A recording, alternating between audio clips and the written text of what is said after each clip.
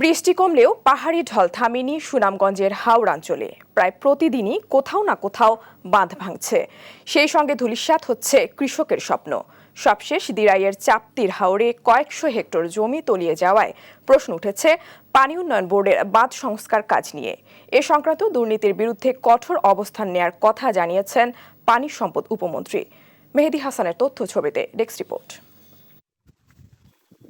বুধবার বিকালে সুনামগঞ্জের দিরাই উপজেলার কৃষক অক্ষত ফসল মাঠে রেখেই ঘরে ফিরেছিলেন। 12 ঘন্টা না পেরুতেই সে ফসল পানিতে তলিয়ে যাওয়া দেখে দিশেহারা তারা। বুধবার রাত 1:30টার দিকে দিরাইয়ের সবচেয়ে বড় জলাশয় চাপতির হাওরের বাঁধটি ভেঙে যায়। তলিয়ে যায় কয়েকশো হেক্টর জমির আধা পাকা ধান। বৃষ্টি করছিলাম যাবো গেল আমরা বিপদ।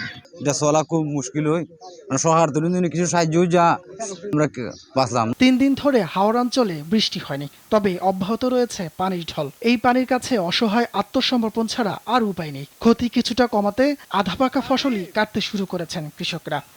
রাতে 12টার সময় বাদ ছুটছে, একটার সময় গিয়ে লাগছে খাটাত। এখন খাইতেছে আনছি, শুধু মানুষে খাইবার লাগি না, গরুর লাগি। 5টা গরু আমার, এই গরুরে আমি বাঁচাইবার লাগি। ভেঙে যাওয়া ও ঝুঁকিপূর্ণ বাঁধ মেরামতে এখন স্থানীয় মানুষই দিনরাত এক করছেন। এ নিয়ে পানি উন্নয়ন বোর্ডের তেমন কোনো তৎপরতা নেই বলেও অভিযোগ রয়েছে। সার্বিক অবস্থা পর্যবেক্ষণে বৃহস্পতিবার দুপুরে ধর্মপাশা উপজেলা পরিদর্শনে যান পানি সম্পদ উপমন্ত্রী। জানান, হাওরে দুর্নীতি হয়েছে, এজন্য দায়ীদের শনাক্ত ও শাস্তি নিশ্চিত করতে ব্যবস্থা নেবে মন্ত্রণালয়। এখানে সুষ্ঠু তদন্ত করবে। তদন্ত করে যদি যেই পর্যায়ের, সেটা পানি উন্নয়ন বোর্ডের কর্মকর্তারা হোক অথবা যেই পর্যায়ের মানুষই হোক না কেন, যদি কারো গাফিলতি থাকে আমরা তাদের বিরুদ্ধে আইনানুগ এবং বিভাগীয় ব্যবস্থা নেব। এই পর্যন্ত ফসল হানি হয়েছে 644 হেক্টর জমির। তবে হাওর বাঁচাও আন্দোলনের নেতাদের দাবি ক্ষতির পরিমাণ 6000 হেক্টরেরও বেশি। নিউজ ডেস্ক, দেশ টিভি।